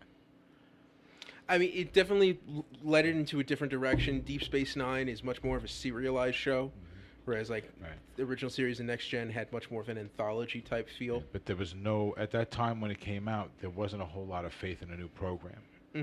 You know, so that's why it went in this was a whole different type of thing. Yeah. But what about Quark? I mean, you're telling me you're not going to give us a Quark with those big ears? Yeah. That's just a little spot for a little Ferengi. You know, no Ferengi love in the house. The Ferengi end up cleaning up the rubble. Yeah, I mean, it's true. I will say if I was pitching a show, I would want to see a Star Trek show that's just on a Ferengi merchant ship, just like smuggling, making their way through Federation space, trying to earn a buck. Did you hear that, Braga? Are you listening, Braga? I know you're out there, Braga. Braga's got nothing to do with it. No, but he's got more connections than I do. It's Kurtzman. We got to get the Kurtzman. That's true. Got to get the Kurtzman, and isn't Branagh part of the other one? Brandon Braga's on the Orville. Yeah, Orville. Are you saying something? I'm going to go against the grain on this. Oh, okay. I'm going to say it's Kirk, Spock, Picard, and a Klingon. And a Klingon. And I think you cover a lot of ground with all of that. It's true. Bauer Fett in the chat's like, how about Spock, Kirk, Picard, and Data? Which I think is a similar thing with with you. It's like, let's cover the field a little bit broader, not just... Yeah. Well, if you're not going to lock in just captains, you know... Right, but then you kind of have the captains and another bridge partner from the same era. Yeah. So I don't think that is fair to like the overall timeline. I mean, there's so much to pick from. You can't. Well, I mean, here's a better question for this. Do you just have 4 busts? Yeah. When we start to break the rule here with this one. Yeah. I mean, yeah. Is the Mount Rushmore analogy just for 4 busts? Or I think that's the thing. Can it be 8? Yeah, I think it's about... Or do you just keep it classic? You know, Kirk, Spock, McCoy, and a Klingon. You know, make it like Captain Core or Captain Kang. Yeah. I think Picard is a huge staple in Star Trek. Yeah. Big. It became, even though it's 20 years later, it's still he actually went into Star Trek and really brought it home. Right. I Yeah, think go ahead. I think but the problem with what you just said, Ed, was it would be that's really just defines one era. Yeah. You know, so anybody who's not into that era is going to be like, well, then where's our Mount Rushmore? Yeah, like you know. So if it has to be one all-inclusive thing, I think it has to end up being more than 4 because I think you really need ultimately to have all the captains and then maybe a few other main characters from throughout the time. Not to get too deep and heavy on it, but I think also too, if like you were to look at like the presidents that are on it, and like, you know, where and why for those presidents per se. Hey, James has got a good point. He's like, Zephram Cochrane, or however it's spelled, isn't on your mountain? Oh, Zephram Cochrane. No, he's not Star Trek. No, I'm sorry, Cockram. He's part of Star Trek lore. He's not part of the Star Trek well, I cast mean, and crew. You know, I'll give you that. But inventor warp drive. I mean, only because of time travel, though. It was like, you know, as soon as they landed back there, it's like, oh, it's all a fucking time loop. If it wasn't for the fact that they came back and helped him along, it never would have happened. No, because the Borg are the ones that initiated the loop, but they went back to stop him. Well, whatever. Whoever initiated, the fact that the loop exists means that the loop has always existed, and therefore, like, it was always because of them. Yeah. Like, I don't that's know. the thing with the loop. There's no original point anymore. No, because they weren't there to help him do it. They were there to make sure that the Borg didn't stop him from doing it. Yeah. Yeah, but I don't know. I remember Geordi fixing stuff. The Borg had broken it. Yeah, but like, you know, all right, fair enough. I do remember that being the whole thing where like we can't really help him. Yeah. I remember. Think about it though. Geordi from like the 24th century fixing something from the 20th century. I know he was extremely excited to be there. There were some great moments. You told him about the statue? Yeah, I did not like that one. Okay. What about Christopher Pike? What, no love for Christopher Pike from West Weezer? Jeffrey Hunter. Well. Which Pike? That's true. Anyway. Yeah, you go Let's Bruce not get into Greenwood. that. Too many Pikes. Or you go with the extra they threw the suit for the menagerie. Well, you know what I that's say. Sad. You know what I say. It doesn't matter what 4 go up there. You're going to have arguments. Yeah. That's why I said if you just put Kirk, Spock, Picard, and a Klingon, I think that even though there's going to be arguments, people would be satisfied with that because your bases are kind of covered. And they'll probably focus on the Klingon. Just they'll be like, be so busy with that. The haters. Or what kind of Klingon? Right. Oh my God. Wow, you know. What about, is it the Pakistani or is it the guys who have footballs on their heads? Chang. Sarah got me started on that last night. Yeah, I saw it's in the subject line for the DC TV report this week. Okay, so next email here, Benjamin Kimber. Benny Live, boy. Hey, Benny. His subject line is an ongoing social media nerd debate. Okay. So this is probably not going to go well. This is what I'm going to stay away from that shit. Yeah. Hi, Wicked Theory. For months, I've seen questions asked many times on social media. Can a lightsaber slice through Captain America's shield? What are your guys' thoughts on this? I'm sure most people would say yes. A lightsaber can slice through anything. What do you think? And I'd say, yeah, probably. Yep. I'd say, you know, other lasers, maybe not. But I'd say a fucking lightsaber looks like the thickest, fattest fucking laser. And, you know, it would be bullshit if the shield could deflect everything. You know what I mean? I also have a problem when people dodge lasers in movies. Bullshit. Yeah, you're talking about something that's moving at the speed of light. Yeah, bullshit. We shouldn't even see the laser. Okay? Yeah. How about that shit? Bullshit. That's true. I call it bullshit. I call it bullshit. Okay? It was the problem I had with G.I. Joe as a kid. You don't want to make it bullets, but now everybody's shooting lasers out of an AK-47. That doesn't make any sense. And how are they dodging them? I brought that shit to school after Remo Williams, The Adventure Continues, was on TV. And I was like, you can't dodge lasers. That's when I was done with that show, man. Once they started pulling out that, and all my friends were like, what are you talking about? Yeah, it was a TV movie. No, it wasn't. It was a regular movie. It was a regular movie? Okay, I watched it on video then. I'm just remembering that. That's a fun movie, though. But I went to school with it. I was like, yeah, once he started dodging lasers, I was done. Remo Williams. Remember that guy? But it's supposed to be far-fetched. It's supposed to be like a serial Well, hero. that's the thing, I know. And he's supposed to be learning from, like, the Ninja Master. I get it. Right. You know what I mean? But directed by Guy Hamilton. Yeah, well, who knew that, right? Oh, directed Goldfinger. Goldfinger. You know why it's gold? He stuck it in a gold vagina. That was disgusting. Yeah. But yeah, so I think the lightsaber could definitely cut through Cap's shield. But you know, I don't have any scientific basis for it other than. If you saw him deflect the lightsaber, you would call bullshit. Yeah. Like, I feel like it would have to, like, melt through part of it, like, you know, or something. Or it would have to start, like, really, like, it was doing damage. Like, it's getting red on the other side or something. Like It's wearing out. Yeah, Cap's like, fuck, like, it's melting. Like, it's wearing it down. Like, you know. No, I'll go right through. Yeah, me too. I don't. It would slice through it, like, you know. The only reason Wolverine's claws, you know, I mean, it was because it was adamantium on adamantium. In the comics, that was the thing. Right. You know, but now it's just strictly vibranium in the movies. So, you know. But, yeah, you know. And I don't think vibrations matter. I think, you know, you're talking about two different types of frequencies. You're talking about a vibrational frequency. You're talking about a light and heat frequency. So, James, I'm going to say science wins. That's all I got. Yeah. All right. So, but you know, again, I'm no scientist, so I'm not licensed to even talk about this kind of stuff. We're just guessing. Yeah. Got to say that so we don't get sued. So James is mentioning that in Star Wars canon, there is a metal that it can't cut through. I guess there is some super catch-all, because that's the other thing, you know. It's Quartus ore. Quartus ore. That's Boba Fett's got it. All right, Quartus ore. Yeah. Sometimes it's fibers. Is it like forged in the eye of the sun? Well, in the eye of Quartus, I guess. Said it's confirmed in Rebels and something called Thrawn allegiances. Oh, okay. Is it canon? Is it current canon? Yes. That's what he's going to say. Because it's in Rebels, and Thrawn allegiances, I think, is. Is that a video game? It might be a comic book. Okay. Because I think Thrawn has an ongoing comic book right now. Do the Thrawns look like prawns? No, prawns. Thrawn is a blue-skinned admiral. Yeah. Oh, he's relatively humanoid looking. There's a guy in my office I think has an action figure of one. I thought you were gonna. There's a guy in my office who's got blue skin. Yeah, no, I got you. But yeah, so that's who that is. Yeah, he was a popular character from the original Timothy Zahn books. That's not canon anymore, but they decided to take that character and throw him into Rebels, I think. Yeah, they've agreed to bring bits and pieces when they like to. So all right, that's it's no more that's it. That's it. No emails, no voicemails. Nope.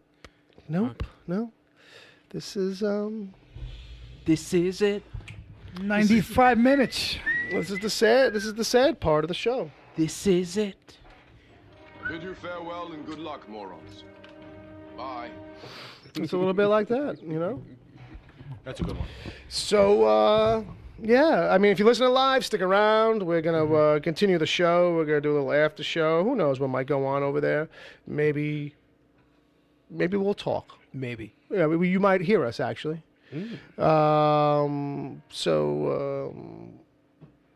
Stick around. Yeah. If you're not listening live, you can check us out every Monday. That's when new episodes drop on all your podcasting platforms. Wherever you check out pods, that's probably where we are.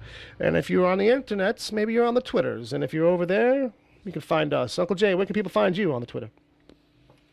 The Blarney Stone. All right. That's okay. It's changing. It's always changing. Why, you don't like that? No, I'm fine with it. Uncle Jay's thing. Yeah, there you go. It's always got to be difficult.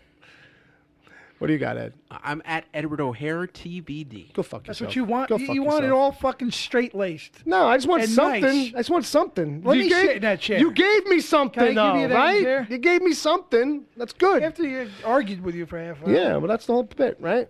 It's the fucking bit. What bit you talking about? I'm about to get over there. I'm going to fucking rearrange your fucking face. All right, then, Brother Bob, how about you? Oh, what, me now? Yeah. I'm going to give you some attention for a little bit. But, at Bob WTP. All right, that's Slayer enough. fan 67. Slayer fan 67. Hey, he's not that old.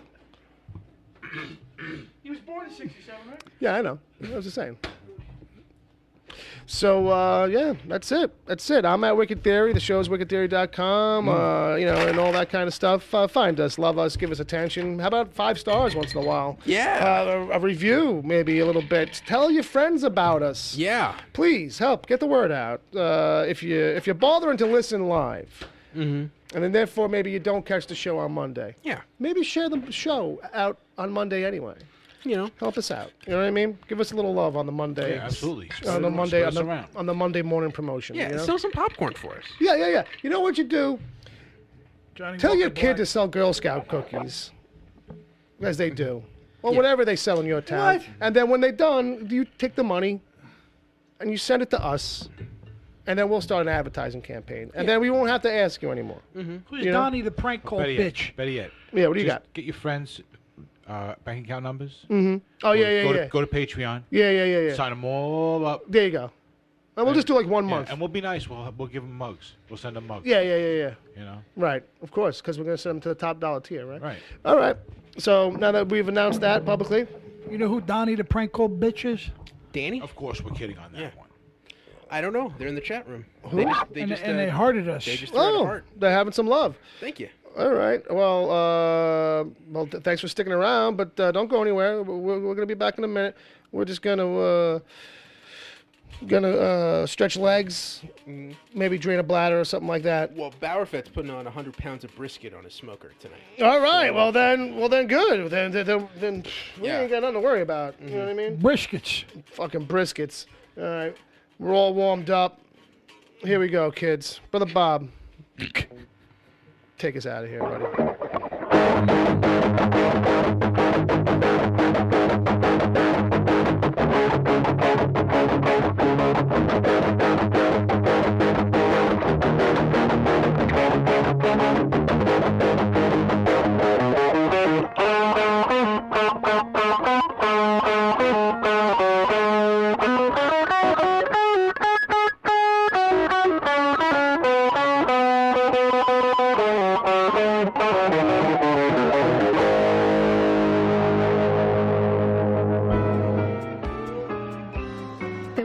Podcast is heard live every Saturday at 7 p.m. Eastern until whenever. Just go to mixler.com/wicked-theory. Mixler is MIXLR. Sign up to join the chat. Then click the follow button to get reminders whenever the show goes live.